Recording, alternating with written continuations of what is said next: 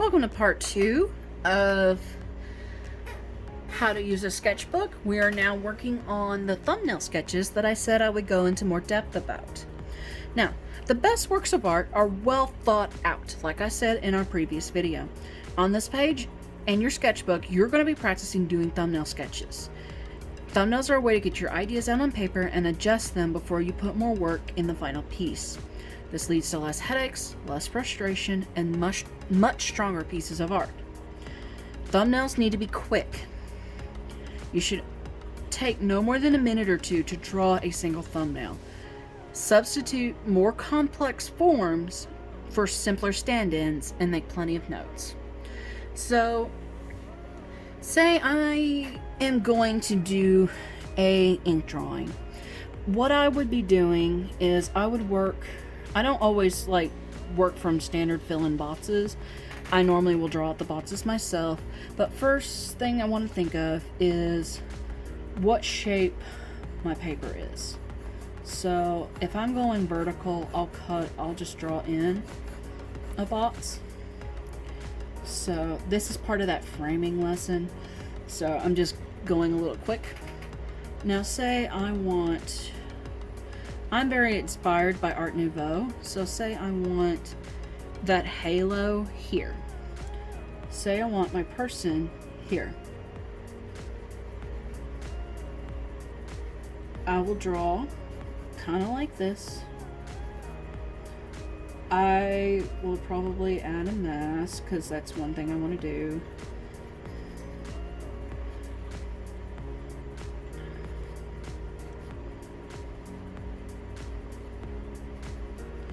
I kind of work on the figure a little bit. If I want to, say, embellish the hair, I'm saying, oh, I'll go off this way. Maybe I want to add cornices like in most Art Nouveau pieces. I'll go off this way. You know, you just kind of play with it and you figure out exactly how you want this thing to go.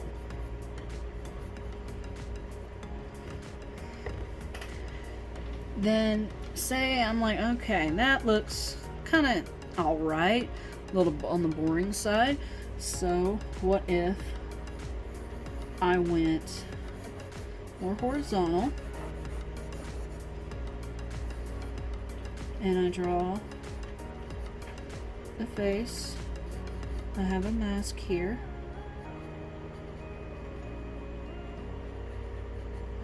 And then of course maybe I'll stand in the eye. I'll have like a thumb holding the hand, just something standing in to hold for that.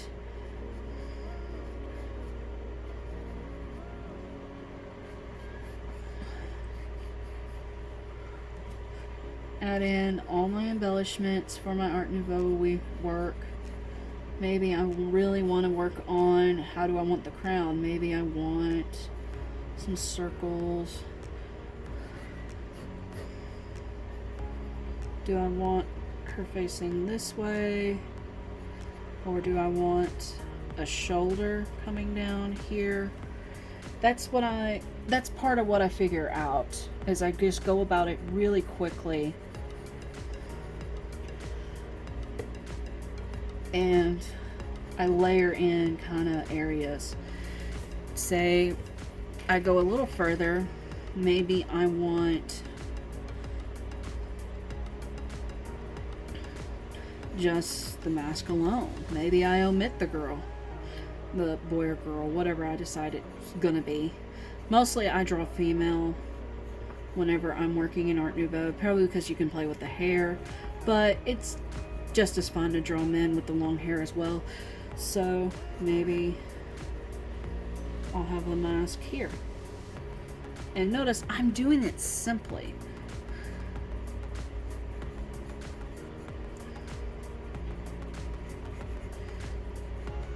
I'm just going, well, maybe I want a break here. Maybe I want it to be on a table like this, and I have this kind of in the background. Do I want it to overlap anything? that one, because of the table and such, that feels a little weak, so I'm just going to reject that one.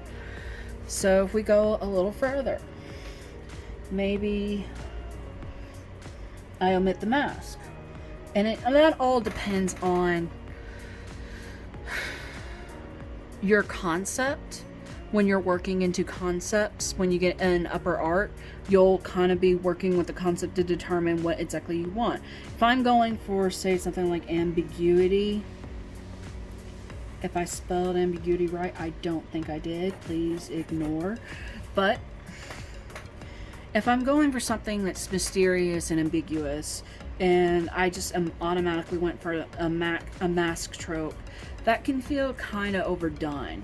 So say I draw her, I go draw a person,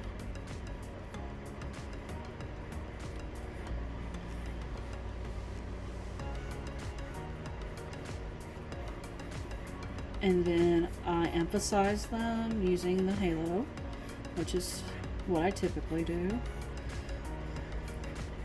And maybe I leave her without a face, just kind of shadows of where everything should go.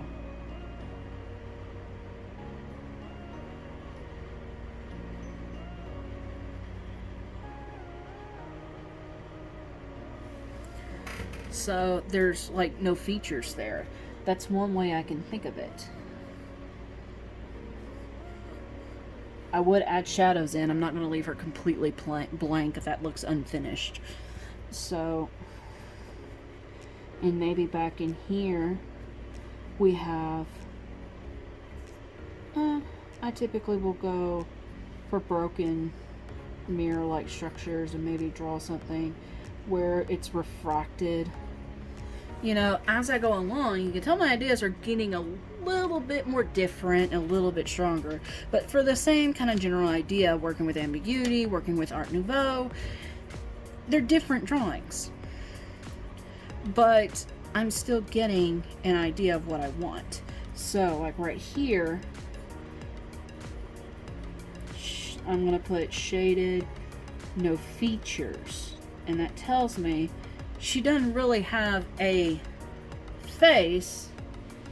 Like, she doesn't have features, but there's still shadows there like she would have. Now,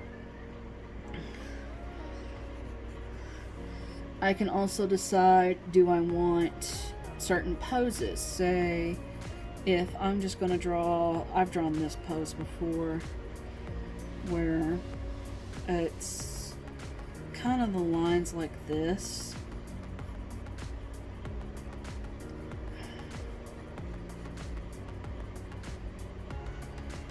And she's got her hands up like this.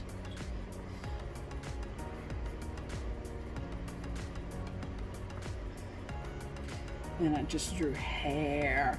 Like, it was such a long piece of paper in that Art Nouveau kind of style. And I did like wallpaper flowers up the sides. Maybe I would just, maybe it's a work that I would like to rework.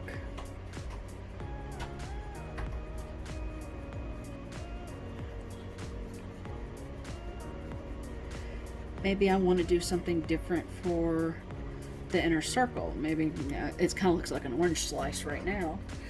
But think about how maybe I want her clothed. Do I want her dress flowing with her hair?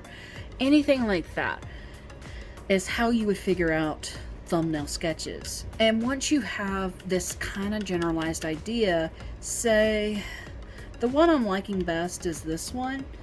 So I mark that one off, and then I'll go in, I'll do the size of my paper, draw a box. So if my paper's really long like this, I'll go, okay, let's go like this. Now let's figure out exactly within the composition how she's going to be standing. So I'm going to have her head, I'm going to figure out exactly where the circle goes. Does it go off page? Does it not go off page?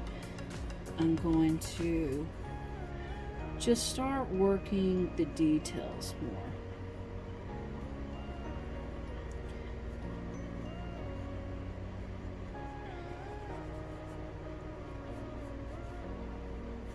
So say, how do I want her clothed?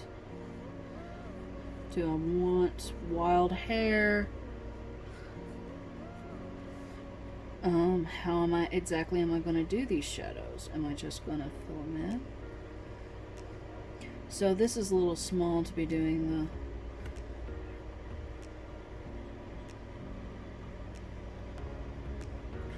the shadows here.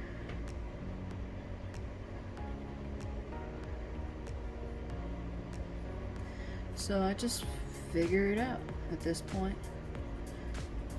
Get over your collarbone here. So I just took this idea here after I just roughly sketched it in, and then I took it over here and made it a little bit more detailed. And I keep doing that until I really have a good plan laid out before I even go and touch my final drawing, because this lets me know exactly what I'm doing, and it helps so much. And I don't have to just go, well, I don't like that idea. Oh, that's not, this is weird. Maybe if I do it over here. You know, it's better to do it here than it is to do it on the final piece. So, this is going to be required for Art 2 and up to do with pretty much everything that they do. If you are Art 1 and below, I expect this page to be done in your sketchbook, and I want to see you practicing with thumbnail sketches, because this, if you plan to continue in art, will become a habit for you. It's a good habit to have. Now, after we work on this, we will go into visual measurement and observational drawing. This will play into this as well, so you can figure out where things go. Now, that will be saved for a later video, so I will see you next time.